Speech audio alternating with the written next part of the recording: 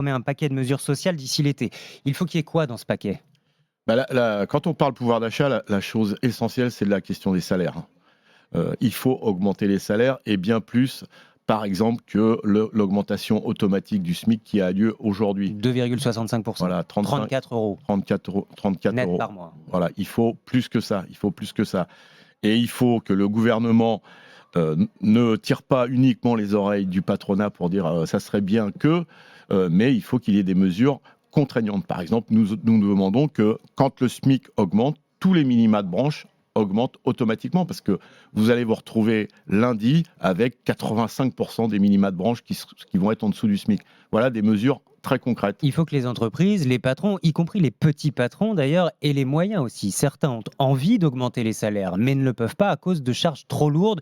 Au-delà, par exemple, de salaires à 1 500 euros, les charges deviennent trop lourdes. C'est vrai que nous, on parle de cotisations sociales, parce que quand on paye des cotisations sociales, c'est bon pour la retraite, c'est bon pour les hôpitaux. Je suis bien conscient qu'un certain nombre de patrons de TPE ont des difficultés. La question, c'est comment ceux qui gagnent beaucoup d'argent, les entreprises qui gagnent beaucoup d'argent, et vous avez noté que l'année dernière, les entreprises ont gagné beaucoup d'argent. Le CAC 40. Oui, mais vous savez que derrière ces grandes entreprises, il y a toute une série de PME, TPE qui travaillent pour ces grandes entreprises, mais il n'y a pas de ruissellement, si je puis dire, pour reprendre une formule. Eh bien, il faut des mécanismes qui font que eh bien, ça ruisselle, par exemple en limitant ou en stoppant les dividendes versés aux actionnaires.